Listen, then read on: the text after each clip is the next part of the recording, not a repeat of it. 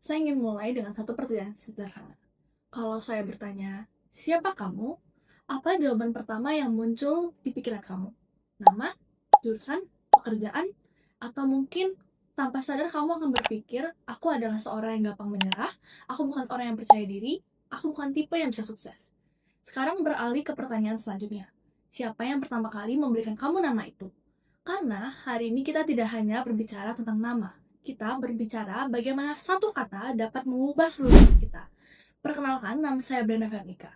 Saya juga pernah percaya beberapa nama yang ternyata bukan saya.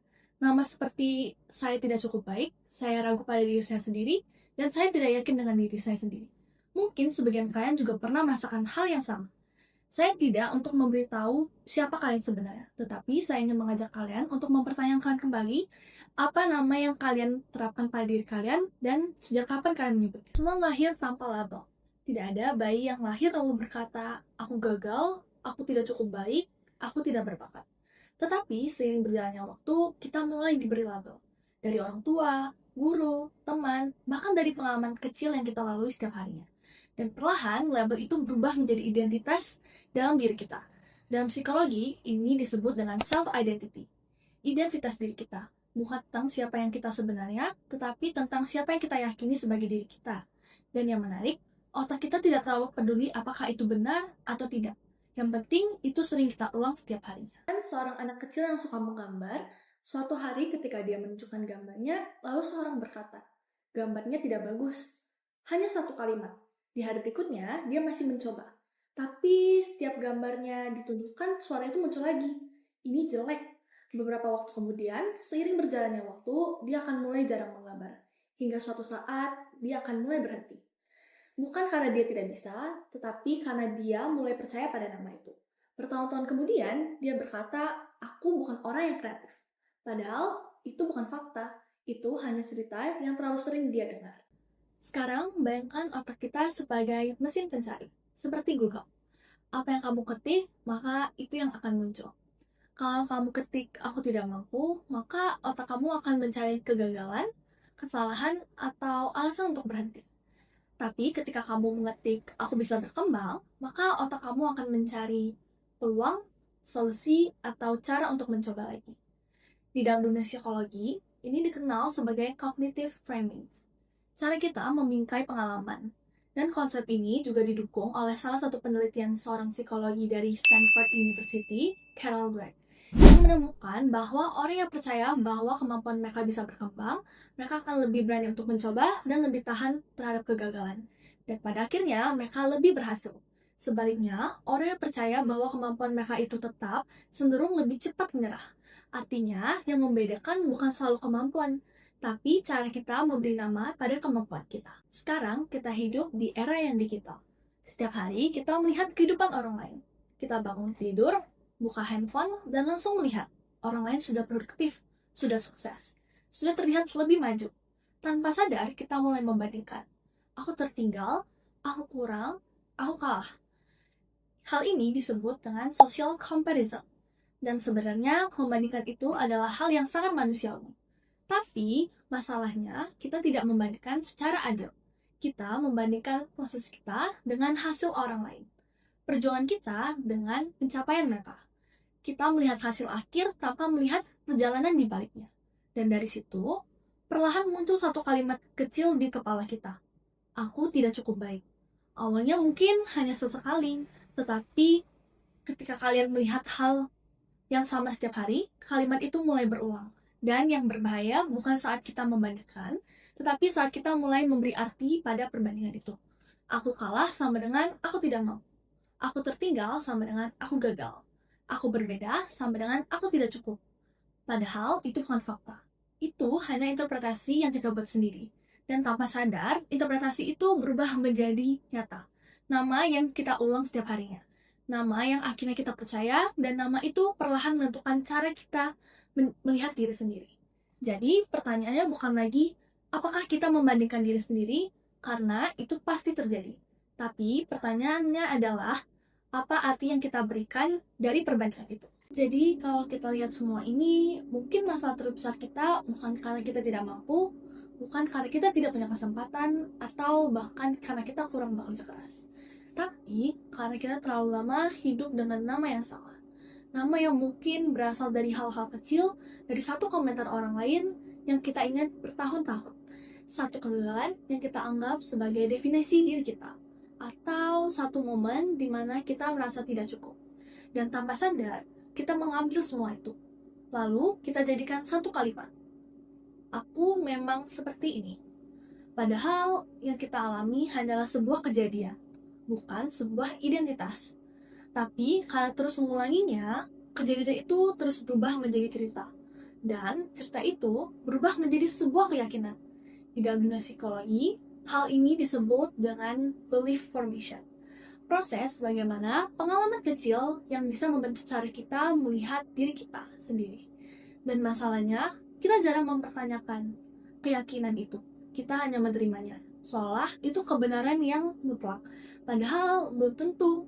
Sekarang, bayangkan, kalau selama ini kamu hidup berdasarkan nama yang salah itu. Nama yang terlalu kecil untuk potensi yang sebenarnya kamu punya. Berapa banyak kesempatan yang kamu lewatkan? Berapa banyak hal yang tidak kamu coba, bukan karena tidak bisa, tetapi karena kamu sudah percaya. Aku bukan orang seperti itu. Dan di titik ini, akan muncul satu pertanyaan yang sangat penting.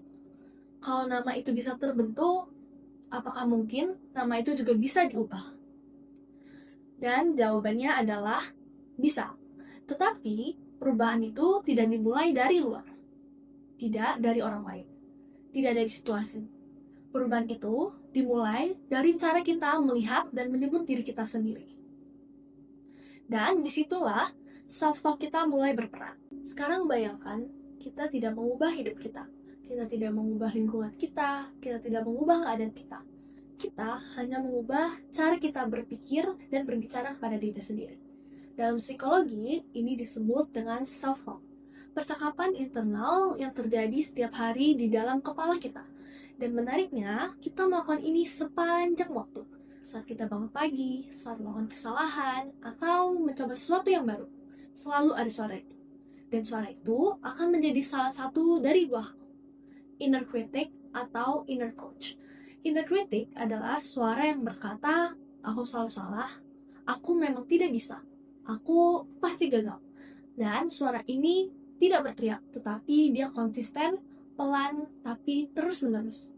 Dan karena itu, kita mulai mempercayainya. Sekarang, bayangkan kalau setiap hari kamu mendengarkan hal tersebut selama bertahun-tahun. Apa yang akan terjadi? Sebaliknya, ada suara lain yang disebut dengan inner coach.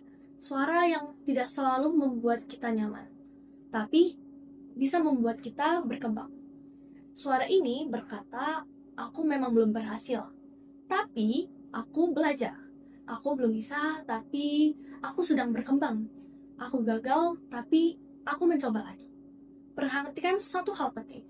Inner coach tidak menyangkal kenyataan. Dia tidak berkata semua baik-baik saja, tapi dia memberi makna yang berbeda. Dan makna itu akan mengubah arah hidup kita. Karena pada akhirnya, bukan apa yang terjadi pada kita yang paling menentukan, tetapi bagaimana kita bicara tentang apa yang terjadi. Dan disitulah nama yang kita berikan pada diri kita mulai terbentuk. Sekarang, coba kamu berhenti sebentar. Dengarkan suara yang ada di dalam kepala.